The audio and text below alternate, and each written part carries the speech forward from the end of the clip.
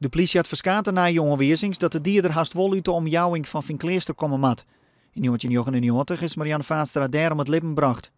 Een belangrijke onweersing is de oorstekker die in het tasje van Marianne vonden is. Nou, we weten in ieder geval dat het type aanstekker wat destijds vonden is in de tas, ik verkocht is in Ljouwert, maar ik in de omgeving van de plaatsdelict.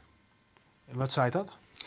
Nou, dat jouwt in ieder geval aan wie steeds afgelopen jaren hebben orenteams er steeds een schoen en kwam steeds weer de indruk dat het ding uit Oost-Europa kwam. Maar we kunnen hem nou in ieder geval brengen in Friesland. Het IBM-ministerie in Ljouwert had het college van procureurs-generaal vregen om taststemming voor het grootschalige DNA-onderzoek. Als de taststemming er komt, is het het eerste grootschalige DNA-verwantschapsonderzoek in Nederland. De politie wil er zo gauw als mogelijk mee uiteenzetten.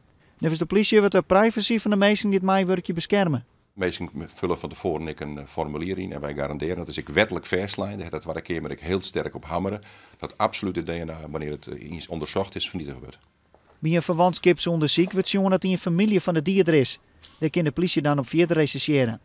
Het is de bedoeling om een zogenaamd eigen-chromosomaal onderzoek te houden, waarbij alleen een man vregen worden om DNA uit te staan. Eigen-chromosomaal, dat is een betere manier om te selecteren. En via de vrouwelijke lijn, dat is wat moeilijker. Meestal meer verhuizen. Hoe ga je daarmee om? Wij weten vanuit die tijd welke meesten toen wennen. Daar hebben we inmiddels een lijst van maken. We weten waar de meesten nou wennen en die meesten zullen ik beziekje. Hoe groot het onderzoeksgebied wordt zelf is nog net bekend.